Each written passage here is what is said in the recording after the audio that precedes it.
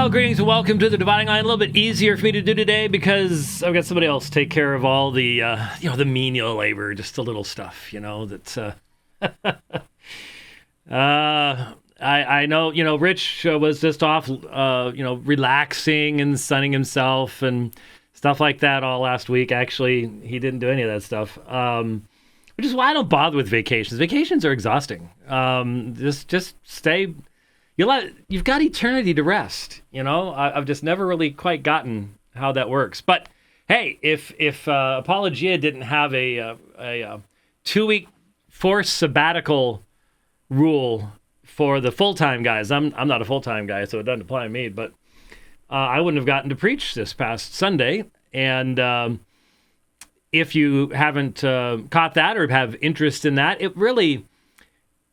I hope no one minds. I was primarily preaching to our own folks. I think that's sort of appropriate. It's sort of how preaching has always been done down through the ages until cameras invaded our space. But spoke from Revelation chapter 2 and abandoning your first love, the epistle to the church at Ephesus. And it's a tremendous text, and I hope it. If you get a chance to listen to it, you'll be edified by it. But I'm just sitting here, and I just discovered that my son-in-law, Eric, was on Apologia Radio. And the funny thing, how old I'm getting and how slow I'm getting these days? They gave a response to the Theocast guys, and I had only just recently gotten that episode downloaded and put into my to-be-listened-to list. I just can't get to, there's too much. I can't get to everything at any type of pace anymore.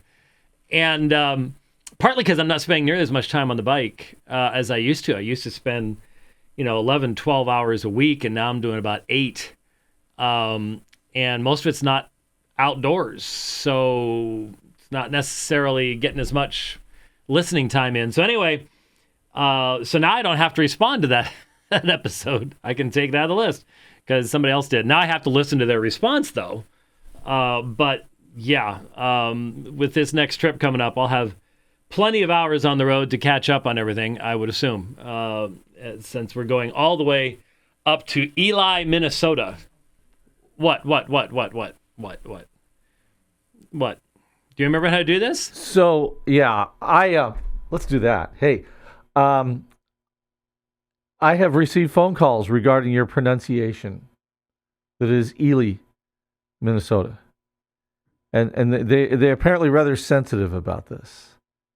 And so it is Ely, Minnesota. At the same time, they really want to know where you're speaking. And so that's what's going on. Ely, huh? Ely, Minnesota.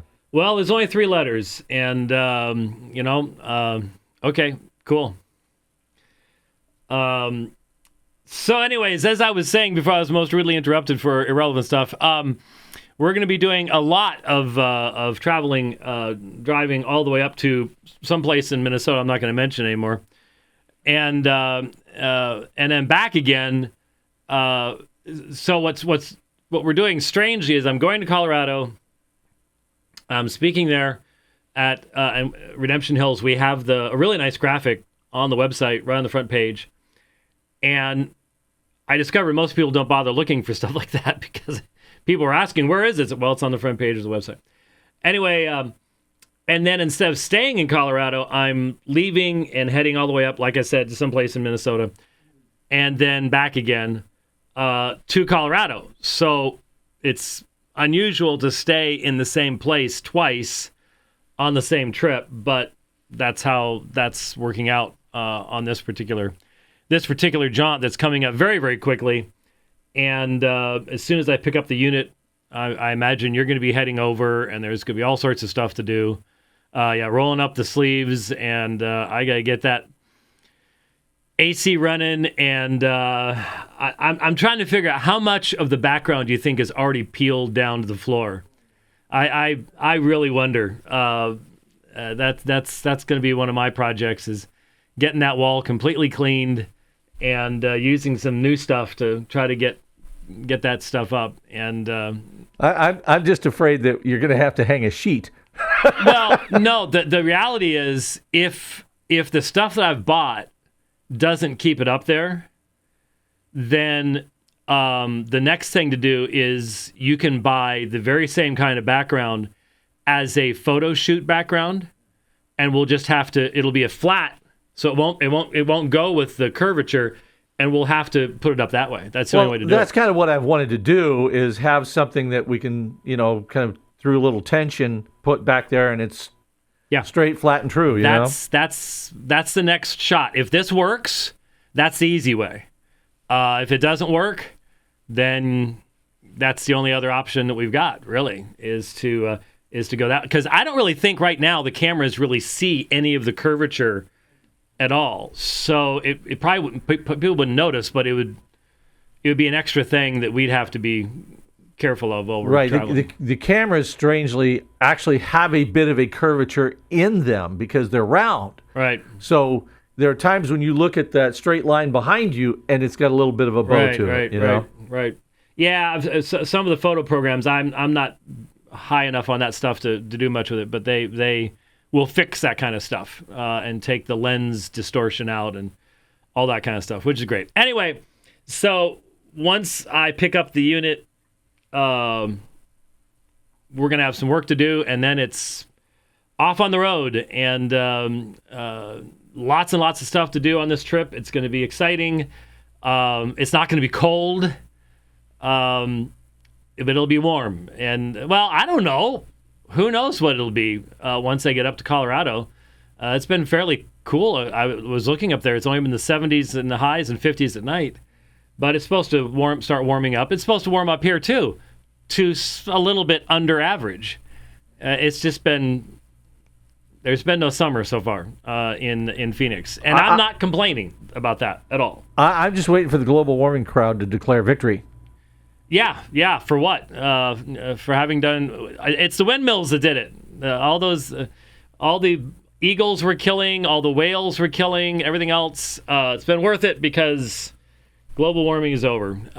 That's how it works. Anyway, I am watching a lot of the stuff popping up on my screen, especially now that I have TweetDeck set up. Lots of stuff going on at the Southern Baptist Convention, and I'm only watching it from afar. I don't know. We'll see what happens at the end, but I have a feeling I know where it's going to be going. But I can't really make too much comment about it from there. I did want to get to a bunch of stuff that has been posted. One of the first things that came up day before yesterday, I think. Okay, no. This was posted June 8th, but I didn't see it until about the day before yesterday. I have more than once spoken about Yuval Noah Harari, who is a Jewish atheist, secularist, futurist, big guy at the WEF. So when you imagine all the dystopian futures that you've read, 1984, Brave New World, Fahrenheit 451, This Perfect Day, whatever it might be, there's always in the background these terrible people. I actually saw a movie that you would go, you watched that? Yes, it was called Alita, Warrior Angel, something like that. And you go, why did you watch it? Because when I went to my normal place where I get spaghetti and meatballs, it was on the TV, but the volume wasn't up. So it's one of those things where you start watching it and you start going, what's going on in this? I'm not really sure. And before I left, I said, by the way, what's the name of this? And they put the thing on that gave you the information. I'm like, so I looked it up. It was really well done CGI, actually. It was just so many of these dystopian movies have this, like Elysium, you have the space station, and getting up to Elysium is what everybody wants to do. And this was like a cloud city type thing. And again, there had been, except this wasn't, we didn't destroy ourselves via the environment. It was a war with the Martians, believe it or not, that created this one. But there was one sky city left type thing. And everybody down on the ground, it's your standard no law and order type. I don't know how to describe it, but anyway. They're all the same. It's all the same plot. And it's the people up on the space station or the cloud city or whatever. That's Yuval Noah Harari. I mean, they could put him in any one of those dystopian novels or movies, and he would fit perfectly. He wouldn't have to put makeup on. He wouldn't have to change his voice. He would just absolutely fit in perfectly in any of these movies, especially when you listen to what he's saying and the worldview that he is helping to promote through the World Economic Forum. And these people, Klaus Schwab does view him. I mean, he is a James Bond villain, and this is his henchman. I mean, and people just applaud them and think they're great and they're wonderful, and it's like, okay, all right. So Harari is a big exponent of AI, and no matter how hard you try, you are not. And I've sort of been trying. I have never used AI. I've never gone to Chat GP or whatever it is, and because I figure I'm just helping to train the thing. So why should I help to train my future masters? I've never worn a virtual reality thing, on the face where you do the game stuff. You think you just, well, see, I never have. So I am better. I'm more virtuous than you are. I've never. You're trying to figure out why that is? Okay. No, I'm not. No, I've never done that either. Because, the new Apple thing. Immediately, there's some really interesting articles that I saw from non-Christians going, "This will destroy mankind," and most people just look at it as, "Oh, it's just a new thing." No, it goes beyond that.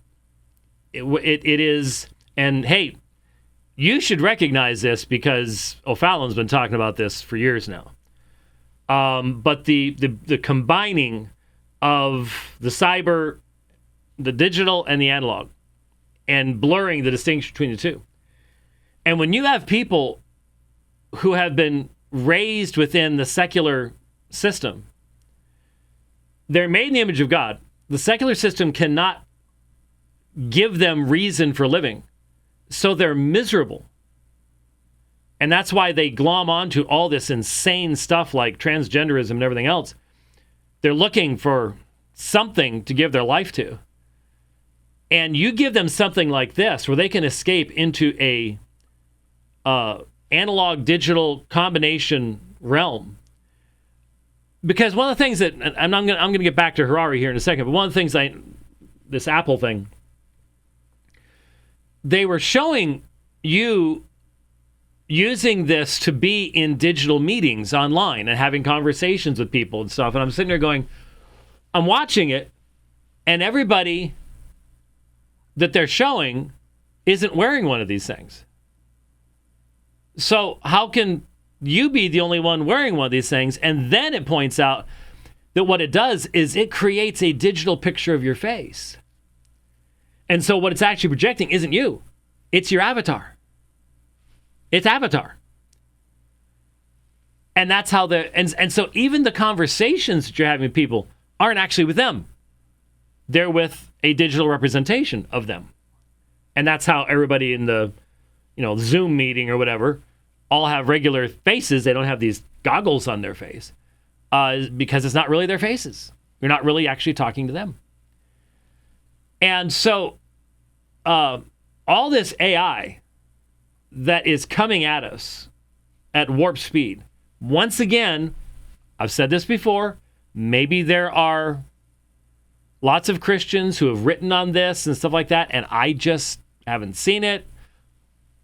I'm way behind the curve on all this kind of stuff. I'm slowing down. I get it. But we really, really need some well thought out. You want statements that will have meaning down the road?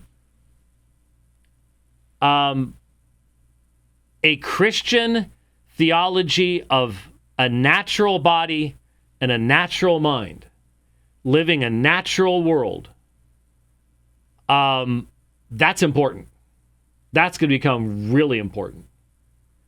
Because Elon Musk wants to make it possible for you to have stuff stuck in your head to where you'll be able to start seeing the internet without wearing something on your face and interfacing with the internet wherever you are, anytime, at 10G speeds and stuff like that, right?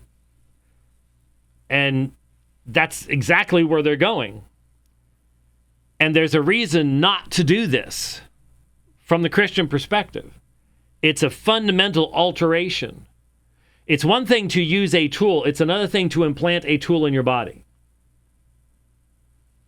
And I can say that, but we have to, there's a lot of discussion that needs to be taking place. And I'm not sure, if it is taking place, I'm not sure where it's taking place.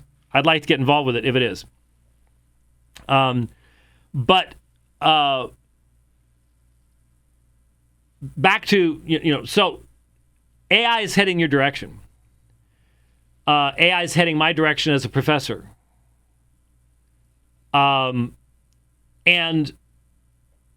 it is interesting, couldn't AI teach better than a human being could? If you're only talking about data content, probably. But man, my best professors were not the best professors I had because of data content. They had solid data. They knew their subject. It was the passion with which they communicated. It was the application. It was the humanity that they illustrated in how they spoke and how they taught. And so these are all things we need to be thinking about. And so Harari obviously is real big on AI and sees AI as the future of everything, and that most of us, he would say already the vast majority of mankind is irrelevant. And once you accept that as a given worldview, there's Elysium, okay? That's why the med beds that can heal any disease are only on Elysium, and nobody from the earth is left, because they don't matter. They're a drag on the system as it is. And think about government entities that have a worldview that say that the majority of human beings are irrelevant. They have no meaning. They have no purpose. What are you going to do in situations like that? Well, you're going to lower the world's population by a long shot. Have to, right? Just got to. So you see the predictions of the massive downfall of human population that's coming. The guy from the 1970s was wrong about everything. Just like the climate scientists are wrong about everything right now. Total climate scam. 1,000%. But the crash is coming, and it's purposeful. It's very, very purposeful, because these people see no reason in having anybody with an IQ lower than maybe 140. And once you've got AI, what does it matter what your IQ is? It's who you know, the elite. So anyway, here is now. Did I? Hopefully we didn't change where the sound was going. So hopefully this is going to work.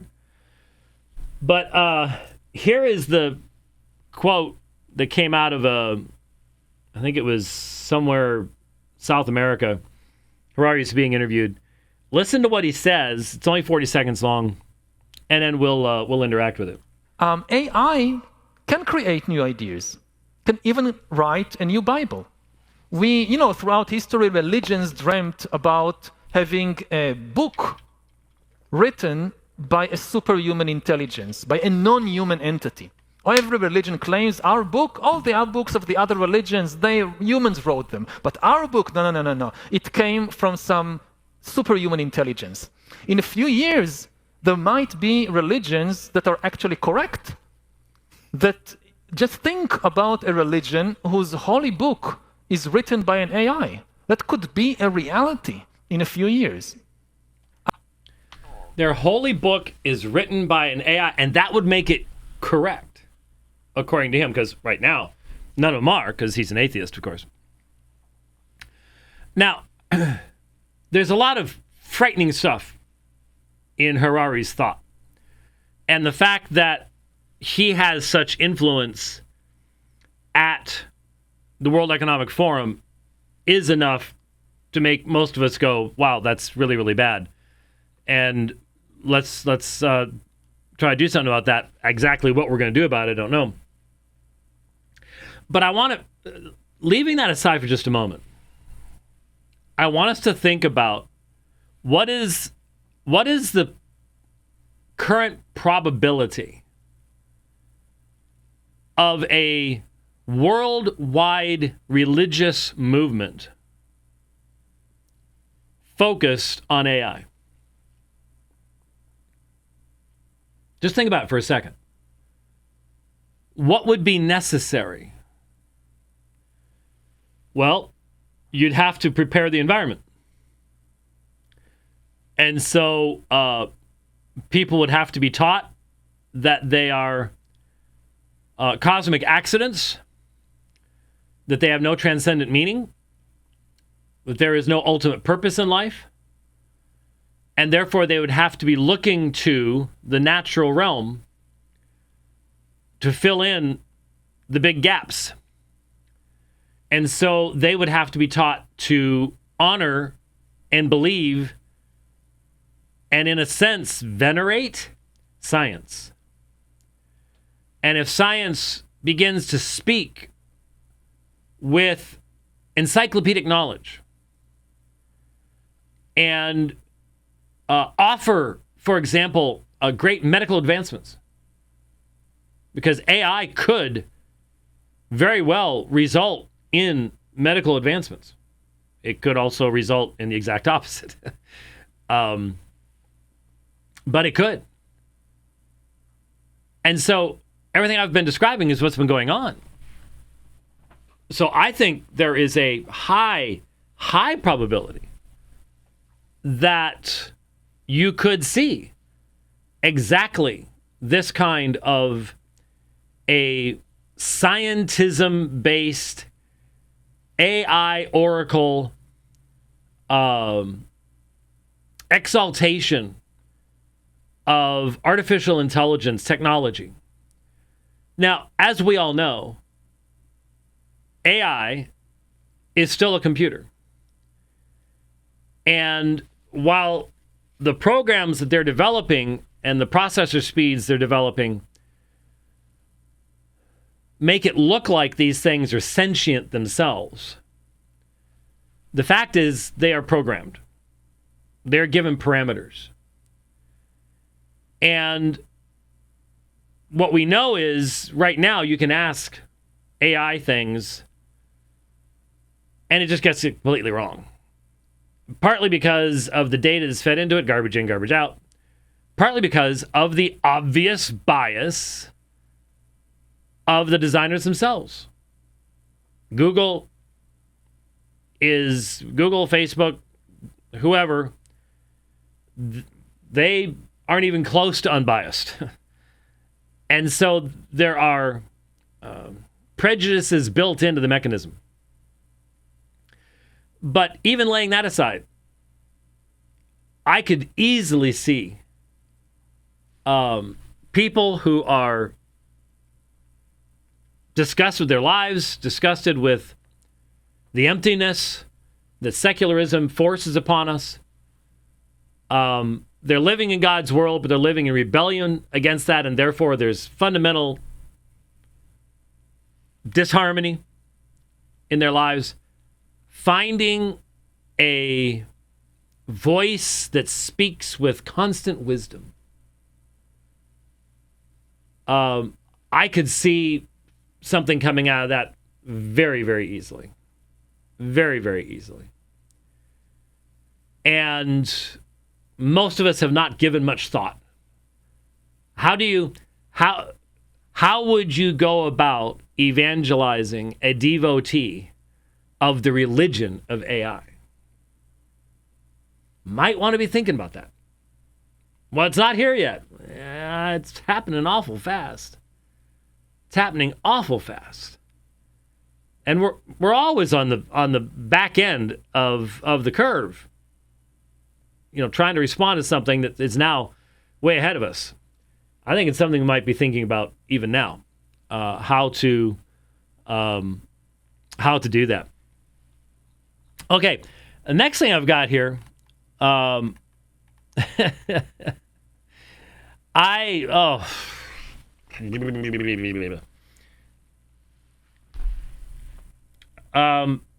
fellow by the name of Imtiaz Mahmoud.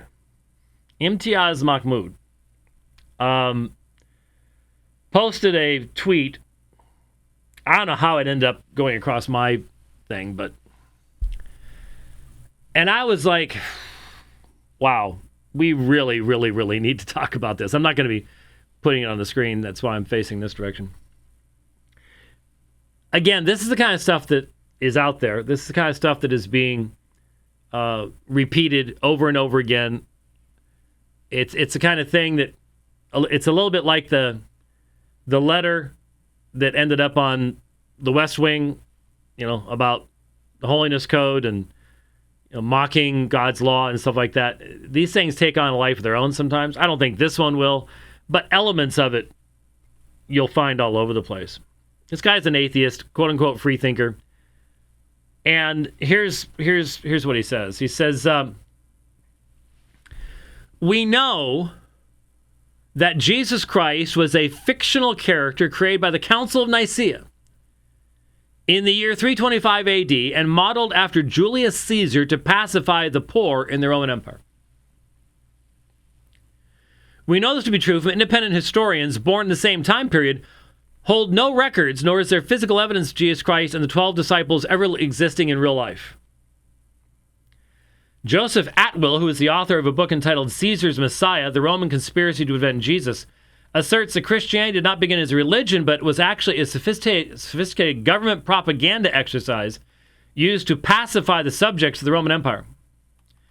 Most certainly, Augustine inserted the virgin birth, Jesus as God, the Holy Trinity, original sin, forced conversion, holy wars, all of which were adopted at Nicaea. I know. Hold on. I got to get it read. I know Augustine was long after Nicaea. We all know that, but this guy doesn't.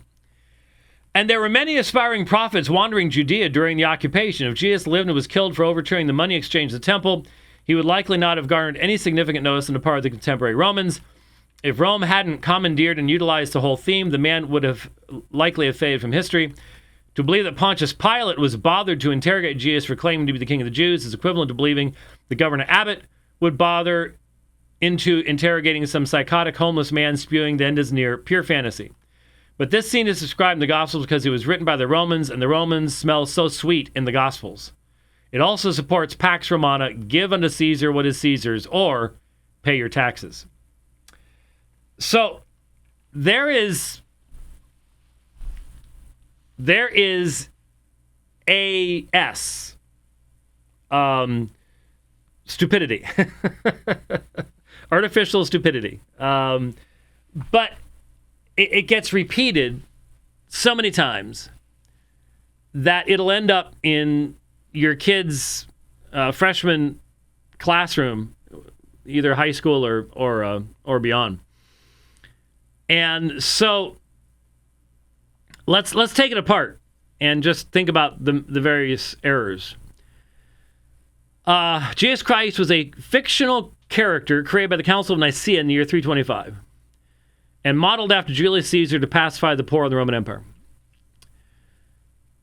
So everything that we have from before the Council of Nicea, all the way back to the Didache, Clement's letter to the Corinthians, Ignatius's epistles, Trajan, Papias, Polycarp, the letters of Pliny and Trajan, which were not Christian sources.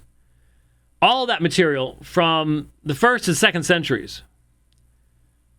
And then beyond that into Justin Martyr and his letters to the emperor, Tertullian, Theophilus, everybody up until the Council of Nicea.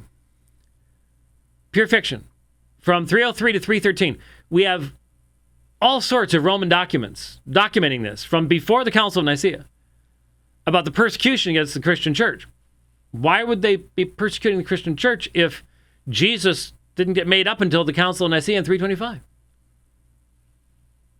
It is, you truly wonder how an adult could write this kind of utter insanity. Because anybody who knows anything about history at all knows that the statement is absurdity. He says, we know this to be true from independent historians born in the same time period, hold no records, nor is there physical evidence Jesus Christ's 12 disciples ever existing in real life. Once again, you have to be so abysmally ignorant of history. If you ask for physical evidence of anyone who existed in the 1st century, there is none. And what would you define as physical evidence? I mean, these people are thinking that, well, we need to have some MP3 recordings or some pictures or something. 99.999999999% of human beings that existed for more than 1,000 years ago, we have no evidence of. You might find some bones someplace, and I could find Jesus' bones for some strange reason, but that's all you've got. You don't have anything else. The vast majority of human population has lived and died without leaving behind their names and social security numbers. And so we do have material such as Pliny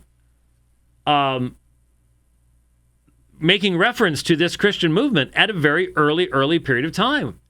So it's just not true. But there's very little discussion outside of Josephus of the history of what's going on in that backwater part of the Roman Empire to begin with. There may have been other historical records, but the vast majority of historical records don't exist anymore either. So it's just, this kind of mythicism is fantasy.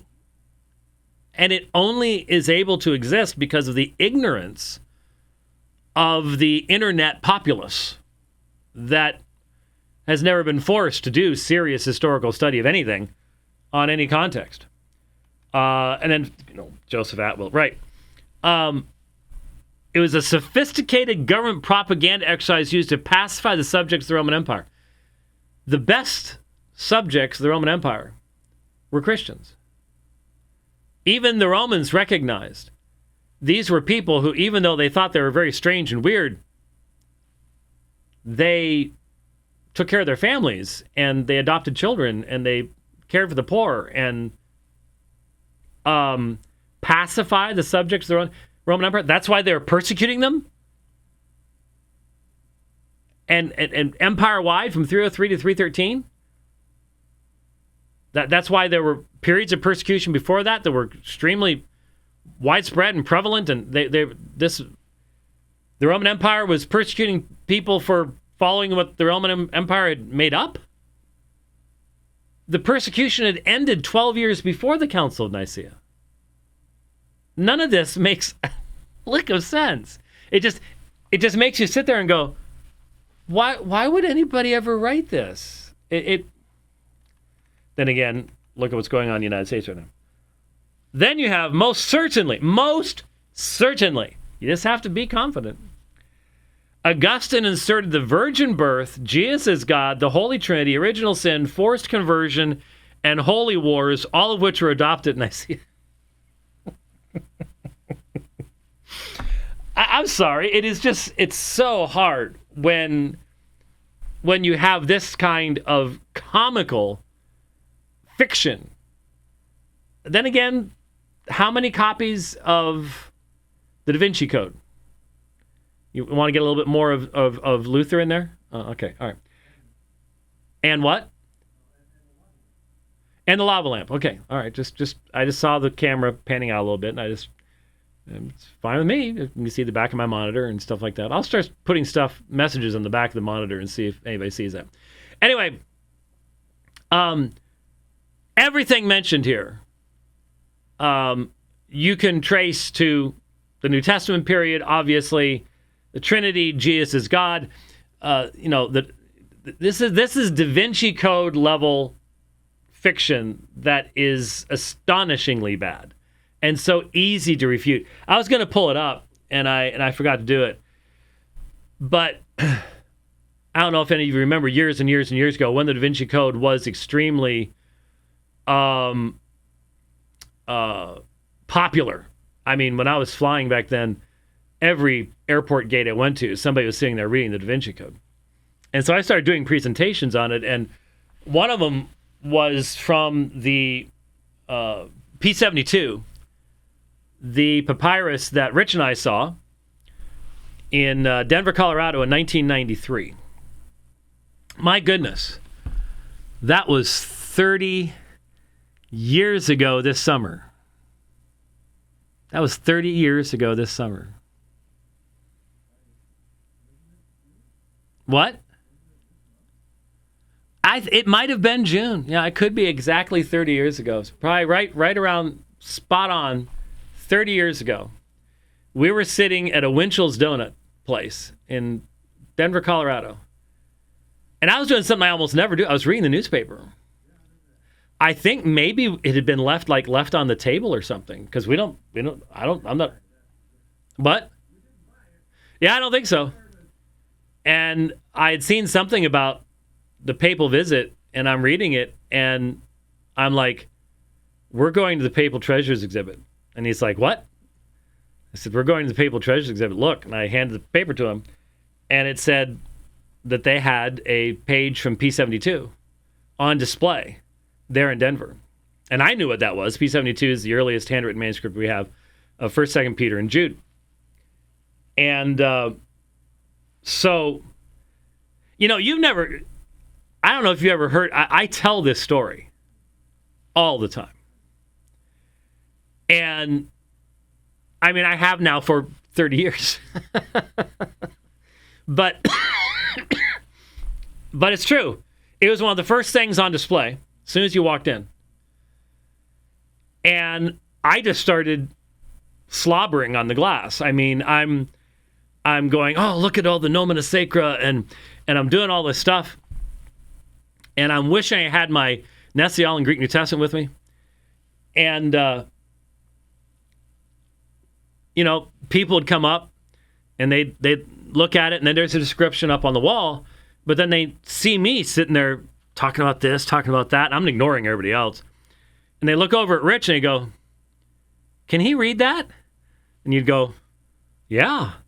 And they're like, look at this, Harold. This man's reading this ancient manuscript. And people start gathering around, and the security people are starting to look at us. And so Rich drags me off to go look at a tiara or a diamond someplace. And then right back again we go. Till they finally said we needed to move on. So I've told the story over and over again. That's the page that I use in my presentations. I blow up because like I said, it's the end of 1 Peter, the beginning of 2 Peter. 2 Peter 1:1. You have a Granville Sharp construction that identifies Jesus as our God and Savior, Jesus Christ. So I blow that up. I make that come real forward and get big on the screen. And I'm like, remember, this was written 125 years before the Council of Nicea. Here you have the deity of Christ being presented over a century before the Council of Nicea, long before Constantine was a gleam in his daddy's eye. And so it's so easy to document the utter foolishness of the DaVinci Code. Well, it was fiction. Yeah, but everybody thought it was true. This is fiction. Augustine inserted Jesus as God. Okay, Augustine dies in the early mid 4th century. He may have been old, but he wasn't that old. I mean, it's not even close. It's so absurd. And thankfully, people added context and pointed this out on Twitter, which is nice. But still, all of which were adopted at Nicaea. Yeah, right. Original sin had no point whatsoever at the Council of Nicea. Neither did Holy War. So, yeah, that was just amazing. Just absolutely amazing. The rest of it, again, hey, Pontius Pilate, for example, we know that he did exist from Roman records. And we know that basically getting sent to represent Rome in the ancient nation of Israel was suicide. I mean, there was no way to keep all of the warring groups happy with each other. Just couldn't do it. So you're going to get yours one way or the other, and Pontius Pilate did. But given the time frame, and of course he ignores Pontius Pilate's just one person. Herod was involved. The Jewish leaders were involved. This was all going to lead to what was going to happen in AD 70 as it was. And so, again, completely and utterly disconnected from reality. Everything that was said, the Romans smell so sweet in the Gospels. Right. Okay. Yeah, sure. Wow. It is amazing what people will believe who call themselves free thinkers. There's only one problem. They're obviously not thinking very well. Very clearly at all. Okay, this worked out for the other one, so I think this is the best way to do it, actually. Let me see if I can pop this over here and play it that way. Someone asked me why this guy was sometimes speaking in German and sometimes speaking in English. And that is because this is the closing ceremony of the German Protestant Church Congress in Nuremberg. I'm not sure why. I'm not sure Nuremberg would be the best place I would want to have almost any meeting, given historical realities. But the German Protestant Church Congress, now the German Protestant Church went apostate a long time ago. And the comment that I made about this was, this is why in the Christian nationalism discussion, if you listen back to the last two Sweater Vest dialogues that I did with Doug Wilson, which were both on this topic, my emphasis, and he was pretty much in agreement with me, my emphasis was on the necessity of a worldwide movement of the Spirit of God to bring about massive conversions, true, not external, not nominal, true conversions of the heart is the only way that any of all the stuff that people are talking about, well, we need to have Christian laws. Look, you live in the world Christ made, and if you reject his laws, it ain't going to work. Okay? That's fine. But the only way that that's going to function is if you have a Christian consensus in the society that is born of the Spirit of God. And there are people who say, no, we can do it with a minority and all the rest of that stuff. Well, here's the problem. When you do state churches that are primarily filled with unregenerate people, this is what you get. This is what you get. Look at Europe. Look at the state churches in Europe. I can't think of a single state church in Europe that is not apostate.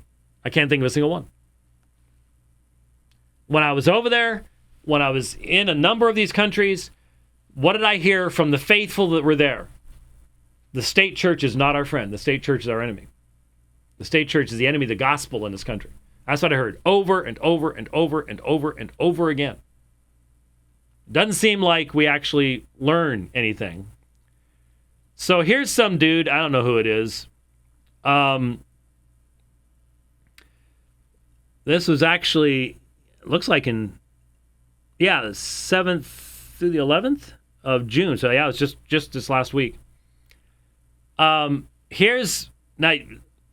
you might have to look at this if you don't. People are confused because he's speaking both German and English. Remember something. Keep trying to tell people this. And this is what's going to help my brother Jeff when he goes to Germany, is that the Germans speak better English than Americans do. That's been my experience. It very rarely have I ever run into a German that was not an excellent English speaker. Now, they, of course, have run into a lot of Americans that are lousy German speakers like me. But they've never caused a problem about that because they're actually happy to run into any American who even tries to speak a language other than English, including their own. And at least I pronounce it fairly well. I have been told numerous times I have a good accent when I speak German. Anyway, so here's our guy. Listen to what he has to say. Jetzt ist die Zeit zu sagen, wir sind alle die letzte Generation. We are the last generation. I'm not really sure what the context of that was. But Jetzt ist die Zeit zu sagen, Black Lives always matter. Jetzt ist die Zeit zu sagen, Gott ist queer. So I just want to make sure you caught that. Now is the time to say, God is queer. That's what I think it's a he. Sort of hard to tell. I think it's he. He just said, God is queer. Now is the time to say, God is queer. Jetzt ist die Zeit zu sagen, we leave no one to die. Und jetzt ist wieder die Zeit zu sagen, wir schicken ein Schiff und noch viel mehr. Wir empfangen Menschen an sicheren Häfen. Safer spaces for all. It's really confusing when you throw, because he's clearly making references to a German audience, the German audience to understand, then you throw in safer spaces for all. But here you have a state church, and now is the time for us to say, God is queer. God is queer. This is what state religion separated from regeneration always devolves into. Well, okay. Always devolves into. All right, let's be honest. We live in a day where we have hit new lows. So a state religion without regeneration always devolves into heresy. In our day, it's devolving into such a level of absurdity that you have this kind of thing, or you have what happened at the White House day before yesterday with topless transgender people running around the White House lawn.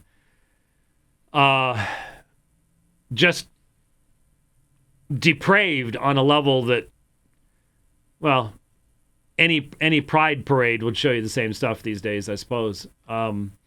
Marching through all of our cities in every state in the Union. We literally have made, you can take it down, we literally have made Sodom and Gomorrah blush by the way we have been behaving. We really have. Speaking of which, that's Germany. Then outside of Germany, as medically necessary. I was afraid that was going to auto start. Outside of Germany, here in the United States, notice that everyone but the speaker and the two people up front are masked up again. Here it comes again, folks. I don't know. Didn't someone say it's all over? Doesn't seem to matter. You'll notice the people in the audience are all masked up. But here we have Richard Levine. Oh, that'll get you kicked off of YouTube. It will.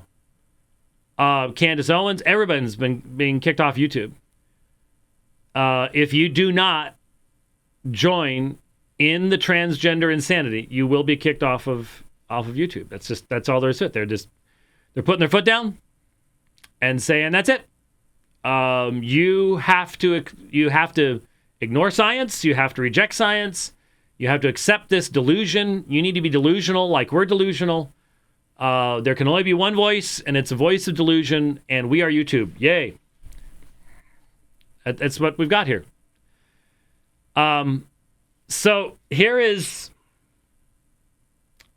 Richard Levine, who pretends to be a woman, and here's what he's saying. Gender-affirming care is medically necessary, safe, and effective for transgender and non-binary youth and adults. That is a bold-faced lie. That is a bold-faced lie. It is not necessary. It is not safe. It is not effective on any level. The mutilation of these bodies, I, again, am deeply tempted. I just don't know. All I could think, there's only one place I can think of that we could post it. Or even stream it. To talk about some of the fundamental physical results of the mutilation surgery of the human body. The things that people have to go through to maintain the fiction that they have bought into. Honestly, I think there are a number of people in the audience that would vomit at the description of what people have to go through on a daily basis to maintain the fiction, the infections, the medical, the constant need for medical intervention, disease, sickness, drugs, hormones. Never again, no, not a good day ever again of health and vitality. You're starting to see some of the detransitioners expressing what they've gone through.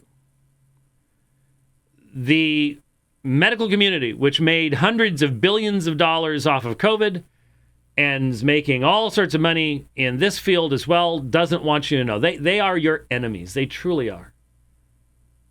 The almighty dollar, which isn't going to be the almighty dollar much longer. I actually have a thing over here, just in passing. Yeah. Kenyan President William Ruto is calling on African nations to stop conducting internal trade in the U.S. dollar. For 80 years, America's unparalleled prosperity has been built on the unquestioned global dominance of the U.S. dollar. It's taken less than 3 years for Joe Biden to destroy that. Well, it's started before Biden. He certainly has, this regime has certainly accelerated it. But why? Ask yourself the question. Yes, you and I in America have benefited greatly from the dollar being the international standard. They're going to other standards now, mainly China. Now that's going to come with strings attached that they can't even begin to imagine. They can't begin to imagine. There's great foolishness in going that direction, but the Africans, I think, figure, hey, we know what we're getting with China. With America, you're running your multicolored gay pride flags up on your flagpoles outside of our embassies and trying to force this on our people. And there is nobody here who has any interest in it at all. And you're trying to force that with your money? How are we supposed to trust you people with anything? You're a divided nation, and for all of your military might you're losing that position because your military is now primarily concerned with DEI and flying pride flags. And the Chinese aren't. And the Russians aren't. And the Indians aren't. So why not go with people that might be somewhat consistent 10 years from now? Whereas you people are changing so fast, we have no earthly idea. Why should they? And you and I are going to pay for it big time. When the dollar collapses, get ready for $150 loaves of bread, because that's what we're looking at, and justly so. Justly so. When you're flying that pride flag in the center of the White House, not below the American flag, not to the side, it's taken the place of the American flag. You've told the entire world this is what we're about. This is what we're about. And so this is why you have a guy pretending to be an admiral or something, lying, just lying through his teeth about horrific medical experimentation. It's astonishing. So when LGBTQI plus he goes on to talk about attacks upon everything that if you push back at all, if you say no, this is insanity, then you're attacking. They never attack anything. The hypocrisy, the double standard is unbelievable. And I just wonder, Rich, will you get a notification when we get cut off? Okay, all right. Just let me know. Just let me know when it all comes crashing down, because it will. It's just a matter of time. Oh,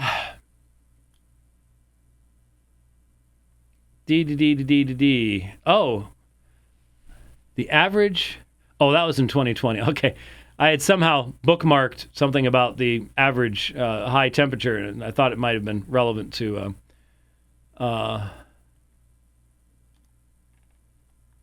I'm looking at a quotation here from oh, okay. Sorry. I thought it had something to do with me. It didn't. All right.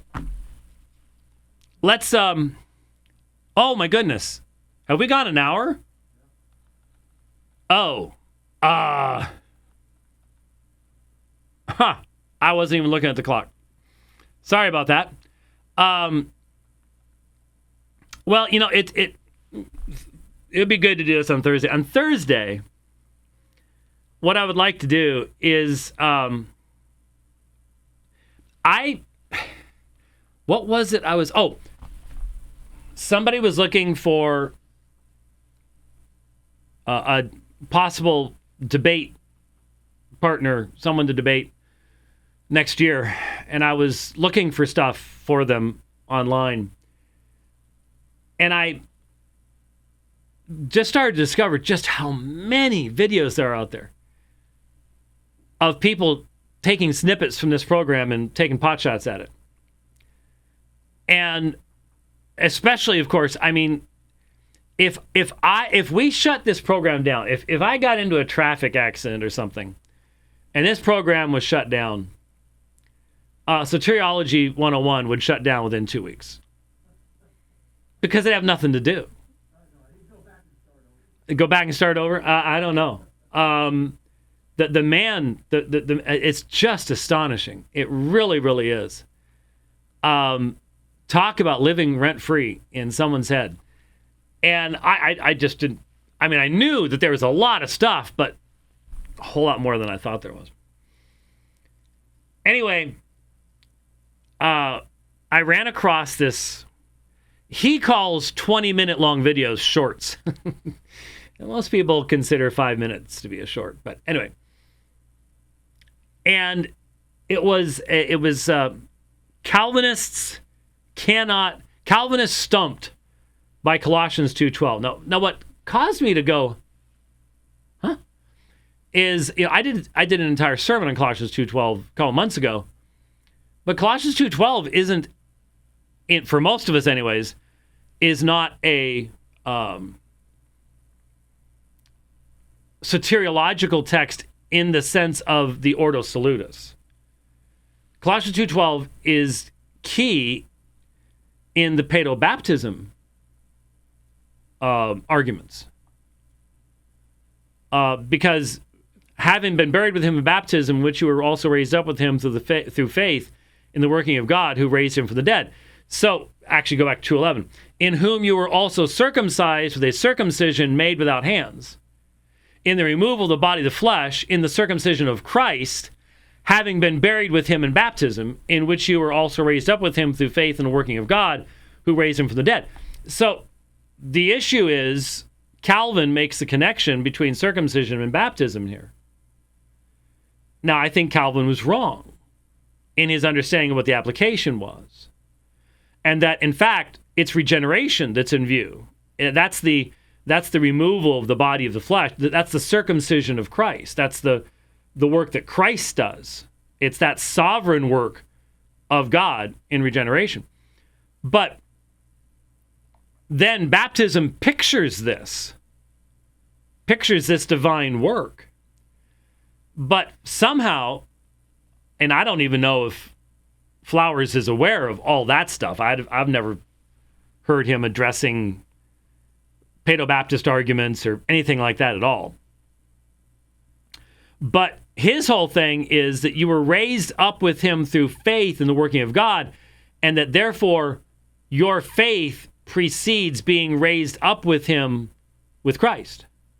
So he uses it as an attack on our understanding that the work of the Spirit comes first in bringing spiritual life so that we can then have true saving faith, and tries to turn this text into an Ordo Salutis verse.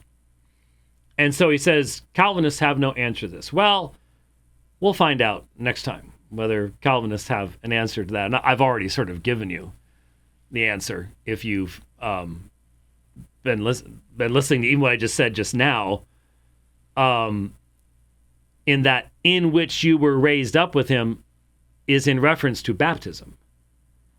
It's not in reference to regeneration in the first place. So there's sort of your answer already. But we'll play some of what he posted and respond to that. I am seeing some interesting things here really quickly. Al Mohler just nuked Rick Warren from space. Okay. I am seeing a couple references to, I guess Mohler just spoke in regards to women as elders.